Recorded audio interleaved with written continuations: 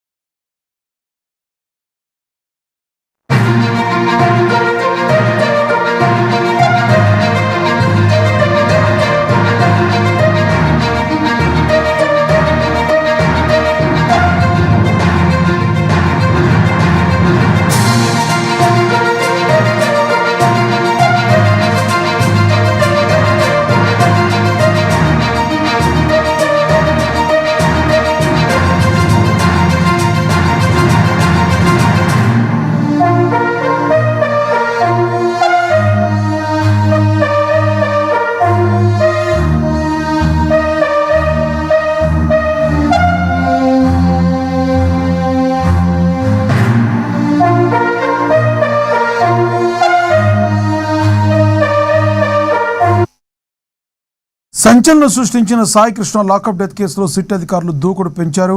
ఈ కేసులో ఆరోపణలు ఎదుర్కొంటున్న సిఐ నాగరాజును సిట్ అధికారులు అరెస్టు చేశారు. ఈ విషయానికి సంబంధించి మరింత సమాచారాన్ని మా ప్రతినిధి రాఘవ అందిస్తారు ఫోన్ ద్వారా. రాఘవ, చెప్పండి, ఎట్టకేలకు నాగరాజును సిట్ అధికారులు అరెస్టు చేశారు కదా, అక్కడ వాతావరణం ఏంటి? ఎస్, చెప్పండి రాఘవ.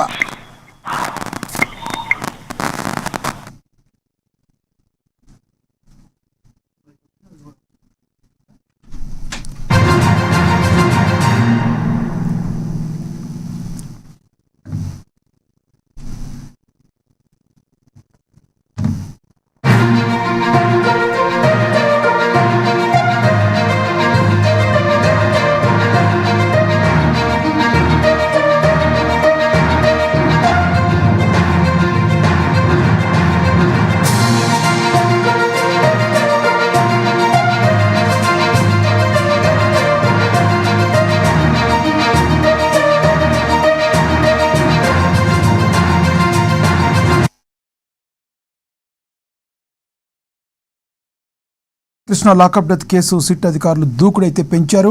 ఇదే విషయానికి సంబంధించి మరింత సమాచారాన్ని మా ప్రతినిధి రాఘవ అందిస్తారు. రాఘవ, చెప్పండి, ఎట్టకేలకు నాగరాజును అరెస్ట్ చేశారు కదా పోలీసులు, అక్కడ పరిస్థితి ఎలా ఉంది?